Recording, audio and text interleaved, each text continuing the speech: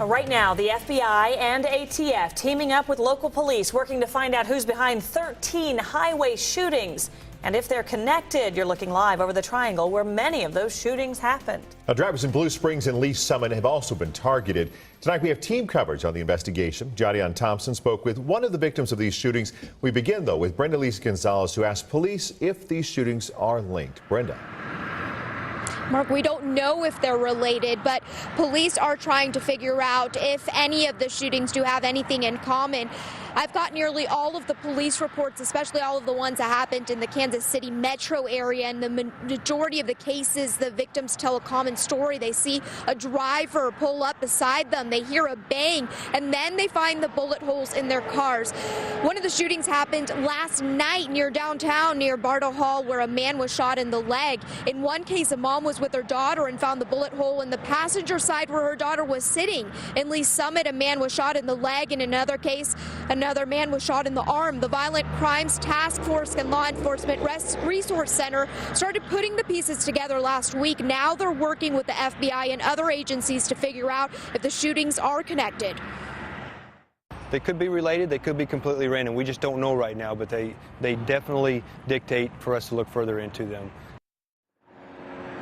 Police aren't ready to release a suspect or vehicle description, but in at least one report, they've blacked out suspect information. You can see just how busy this road is. And coming up at 6 here from one business owner who's considering even changing his route in light of this news. Live in Kansas City, Brenda Lise Gonzalez, 41 Action News.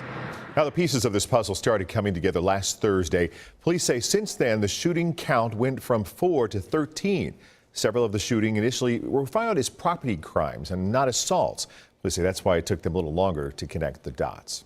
One of the victims in these shootings, the Lee Summit man, someone hit his car 2 weeks ago on the highway. He spoke with our Jadian Thompson, and Jadian, he says his car was hit right where his son usually sits. Absolutely, and it's unbelievable. He was driving home from his son's basketball game, Mark, and it just so happened that his boy wasn't in the car with him this time. Now take a look at the video. You can see the bullet hole hit there in the back passenger side door of this Ford Fusion. He believes the bullet came from some type of handgun and came from behind him and at an angle. That's why the hole looks pretty large. Now, his car was hit twice near 291 South and 470. The first bullet, he says, was lodged in the door and was actually taken out later. The second one ricocheted off the highway and damaged a part underneath the car. He did hear a loud noise, but he says he didn't realize what had happened until he pulled over to check it out. Foot higher, it goes right through the window. Luckily the metal inside the door stopped it. I definitely feel lucky. It stinks to have to pay money to have the car fixed, but at the same time, I'd rather that than have actually been shot. Absolutely. McFarland says that he did not get a good look at the suspect, and he doesn't even know how many people were involved. Live in the newsroom, Jadian Thompson, 41 Action News.